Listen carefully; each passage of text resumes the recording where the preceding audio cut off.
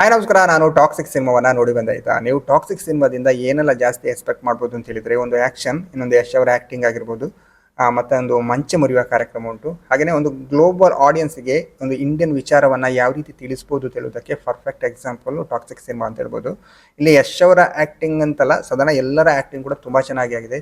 ಚೆನ್ನಾಗಿ ಒಂದು ಡೈರೆಕ್ಷನ್ ಆಗಿರ್ಬೋದು ಅಥವಾ ಆ ಸಿನಿಮಾ ನೋಡುವಾಗಲೇ ಗೊತ್ತಾಗ್ತದೆ ಇದೊಂದು ಪಕ್ಕ ಹಾಲಿವುಡ್ ರೇಂಜ್ಗೆ ಸಿನಿಮಾ ಇದೆ ಅಂತಿರುವಂಥದ್ದು. ಅಷ್ಟು ರಿಚ್ ಆಗಿ ಕಾಣ್ತದೆ, ಅಷ್ಟೊಂದು ಆ ಸೌಂಡಿಂಗ್ ಆಗಿರ್ಬೋದು ಎಲ್ಲವೂ ತುಂಬಾನೇ ಚೆನ್ನಾಗಿದೆ.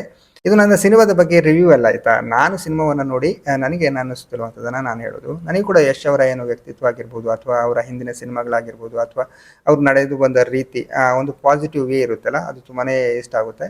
ಹಾಗಾಗಿ ನಾನು ಪಬ್ಲಿಕ್ ಒಪಿನಿಯನ್ ಕೇಳುವಾಗ ಕೆಲವರೆಲ್ಲ ಏನು ಅಂತ ಹೇಳ್ತಾ ಇರಲಿಲ್ಲ, ಅವರಿಗೆ ಏನು ಮಾತಾಡಬೇಕು ಅಂತಲೇ ಗೊತ್ತಾಗ್ತಿರ್ಲಿಲ್ಲ ಸಿನಿಮಾವನ್ನು ನೋಡಿ.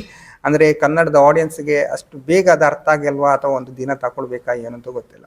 ಬಟ್ ಇದು ಗ್ಲೋಬಲ್ ಆಡಿಯನ್ಸ್ಗೆ ಬೇಕಾಗುವ ರೀತಿಯಲ್ಲಿ ಸಿನಿಮಾವನ್ನು ಡೈರೆಕ್ಷನ್ ಮಾಡಿದ್ದಾರೆ ಅಂತ ಹೇಳಿದ್ರೆ ತಪ್ಪೇ ಆಗಲಿಕ್ಕಿಲ್ಲ. ಹಾಗಾಗಿ ಹಾಗೆ ಇದೆ ಸಿನಿಮಾ. ಕ್ಲೈಮ್ಯಾಕ್ಸ್ ಅಂತೂ ಕ್ಲಿಯರ್ ಕಟ್ ಆಗಿ ತೋರಿಸಿದ್ದಾರೆ. ಹಾಗಾಗಿ ಸಿನಿಮಾದ ಬಗ್ಗೆ ನಿಮಗೇನು ಅನ್ನಿಸ್ತು? ನೀವು ಕೂಡ ಸಿನಿಮಾವನ್ನು ನೋಡಿದ್ರಾ? ಆಲ್ಮೋಸ್ಟ್ ಈಗ ಸಿನಿಮಾವನ್ನು ಎಲ್ಲರೂ ನೋಡಿ ಬಂದಿರ್ಬೋದು. ನಾವು KGF 1 ಆಗಿರ್ಬೋದು, 2 ಆಗಿರ್ಬೋದು, ಇದನ್ನು ಎಕ್ಸ್ಪೆಕ್ಟ್ ಮಾಡಲಿಕ್ಕಿಲ್ಲ. ಟಾಕ್ಸಿಕ್ ತಿಳುವಾಗ ಅದು ಬೇರೆ ರೀತಿಯಲ್ಲಿ ನಾವು ಯೋಚನೆ ಮಾಡ್ಕೊಂಡು ಹೋಗಬೇಕು. ಅಂದರೆ ಆ KGF 1 ಆಗಿರ್ಬೋದು, 2 ಆಗಿರ್ಬೋದು, ಅದಕ್ಕೆ ಕಂಪೇರ್ ಮಾಡ್ಕೊಂಡು ಹೋಗಲಿಕ್ಕೆ ಈ ಸಿನಿಮಾವನ್ನು ನೋಡೋಕ್ಕಾಗಲ್ಲ. ಟಾಕ್ಸಿಕ್ ಸಿನಿಮಾ ಒಂದು ರೀತಿಯಲ್ಲಿ ಡಿಫ್ರೆಂಟ್ ಆಗಿದೆ. ಡ್ವೆಲ್ ಪಾತ್ರ ಕೂಡ ತುಂಬಾ ಚೆನ್ನಾಗಿ ಯಶ್ ಅವರು ಮಾಡಿದ್ದಾರೆ.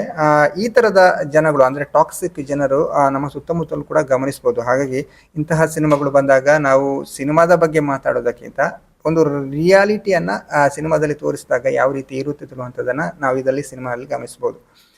ಒಂದು ಬಾಂಡಿಂಗ್ ಅಥವಾ ಒಂದು ಸಂಬಂಧಗಳು, ಒಂದು ಕೆಟ್ಟ ಸಂಬಂಧಗಳು ಯಾವ ರೀತಿ ಮನುಷ್ಯನನ್ನು ಹಾಳು ಮಾಡ್ತಾರೆ ಅಥವಾ ಕೆಟ್ಟ ವಿಚಾರಗಳ ಬಗ್ಗೆ ಮನುಷ್ಯ ಗಮನ ಕೊಟ್ಟಾಗ ಅವನ ಲೈಫ್ ಯಾವ ರೀತಿ ಸ್ಪಾಯ್ಲ್ ಆಗ್ತದೆ ತಿಳುವಂಥದ್ದು ಈ ಸಿನಿಮಾದಲ್ಲಿ ನೀವು ಕ್ಲಿಯರ್ ಕಟ್ ಆಗಿ ತಿಳಿಸಿದ್ದಾರೆ.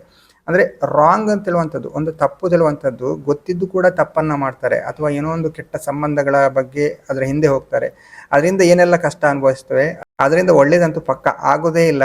ಎಂಡ್ ಅಂತೂ ತುಂಬಾ ಕೆಟ್ಟದಾಗಿರುತ್ತೆ ತಿಳುವಂಥದ್ದು. ಅಂದರೆ ನೀವು ಒಂದ್ಸಲ ನೀವು ಕೆಟ್ಟ ಸಂಬಂಧಗಳು ಅಥವಾ ಕೆಟ್ಟ ವಿಚಾರಗಳು, ಕೆಟ್ಟ ರೀತಿಯಲ್ಲಿ ನಡ್ಕೊಂಡು ಹೋದ್ರೆ ಅದರಿಂದ ಹೊರಗೆ ಬರೋಕೆ ನೀವು ಪ್ರಯತ್ನ ಪಡಬೇಕೆ ಹೊರತು ಅದೇ ಸತ್ಯ, ಜೀವನನೇ ಈ ರೀತಿ ಅಂತ ತಿಳ್ಕೊಂಡು ಒಂದು ಹಠದಲ್ಲಿ ಹೋದ್ರೆ ಜೀವನ ಉಂಟಲ್ಲ, ಅದು ನಿಮ್ಮ ಎಂಡನ್ನು ತುಂಬಾ ಕೆಟ್ಟದಾಗಿ ಮಾಡುತ್ತೆ ತಿಳುವಂಥದ್ದು ಗಮನಿಸ್ಬೋದು. ಹಾಗಾಗಿ ಆ ಥರದ ವಿಚಾರಗಳು, ಟಾಕ್ಸಿಕ್ ವ್ಯಕ್ತಿ ಸಮಾಜದಲ್ಲಿ ಇದ್ದರೆ ಅವನ ಎಂಡ್ ಯಾವ ರೀತಿ ಇರುತ್ತೆ ತಿಳುವಂಥದ್ದು ಅದನ್ನು ಕ್ಲಿಯರ್ ಕಟ್ ಆಗಿ ತಿಳಿಸಿದ್ದಾರೆ. ಮತ್ತು ಒಂದು ಸಂಬಂಧ ಭಾರತದಲ್ಲಿ ಅಥವಾ ಒಂದು ಸಂಬಂಧ ಯಾವ ರೀತಿ ವ್ಯಾಲಿ ಇದೆ ಅದನ್ನು ಇಡೀ ಗ್ಲೋಬಲ್ಗೆ ಯಾವ ರೀತಿ ತೋರಿಸ್ಬೋದು, ಅವರ ಸಿನಿಮಾದ ರೀತಿಯಲ್ಲಿ ಒಂದು ವಿಚಾರವನ್ನು ಕ್ಲಿಯರ್ ಕಟ್ ಆಗಿ ತಿಳಿಸಿದ್ದಾರೆ ತಿಳುವಂಥದ್ದು ಈ ಸಿನಿಮಾದಲ್ಲಿ ಗಮನಿಸ್ಬೋದು. ಹಾಗಾಗಿ ಸಿನಿಮಾವನ್ನು ಸಿನಿಮಾ ಥರ ನೋಡಿದರೆ ಪ್ಲಸ್ ಮೈನಸ್ ಎಲ್ಲ ಬರ್ಬೋದು. ಬಟ್ ಸಿನಿಮಾವನ್ನು ಒಂದು ಜೀವನಕ್ಕೆ ಹೋಲಿಸಿ ಅಥವಾ ಒಬ್ಬ ವ್ಯಕ್ತಿಗೆ ಹೋಲಿಸಿ ಅಥವಾ ನಮ್ಮ ಸುತ್ತಮುತ್ತಲು ನಡೆಯುವಂತಹ ಒಂದು ಘಟನೆಗಳಿಗೆ ಹೋಲಿಸಿ ನೋಡಿದರೆ ಈ ಸಿನಿಮಾ ಪಕ್ಕ ಗ್ಲೋಬಲ್ ಲೆವೆಲಲ್ಲಿ ಒಂದು ಒಳ್ಳೆ ಹೆಸರು ಬರ್ಬೋದು ಅಂತ ಅನ್ನಿಸ್ತಾ ಉಂಟು. ಹಾಗಾಗಿ ನಿಮ್ಗೆ ಏನು ಅನ್ನಿಸ್ತು ಈ ಸಿನಿಮಾದ ಬಗ್ಗೆ? ಕರ್ನಾಟಕದವರಾಗಿ ನೋಡಿದರೆ ಪಕ್ಕ ನೀವು ಪ್ಲಸ್ ಮೈನಸ್ ಮಾತೇ ಆಡ್ತೀರಾ.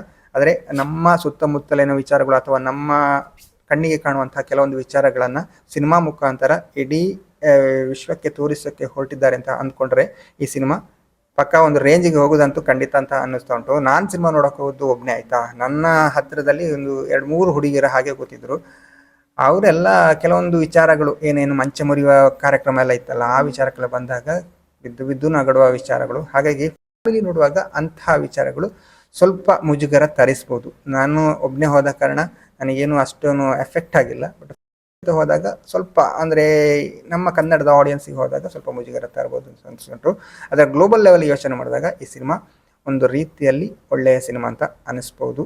ನೋಡುವ, ಫಸ್ಟೇ ಸ್ವಲ್ಪ ಪ್ಲಸ್ ಮೈನಸ್ ಎಲ್ಲ ಬರ್ತಾ ಉಂಟು. 1-2 ದಿವಸ ನೋಡುವ ಯಾವ ರೀತಿ ಸಿನಿಮಾ ಮುಂದೆ ಹೋಗ್ತಾ ಇರುವಂಥದ್ದು. ನಿಮಗೇನು ಅನ್ನಿಸುತ್ತಿರುವಂಥದ್ದು ನಾ ಕಮೆಂಟಲ್ಲಿ ತಿಳಿಸಿ. ಓಕೆ, ಮುಂದಿನ ವಿಡಿಯೋದಲ್ಲಿ ಮತ್ತೆ ಸಿಗುವ. ಬಾಯ್ ಬಾಯ್.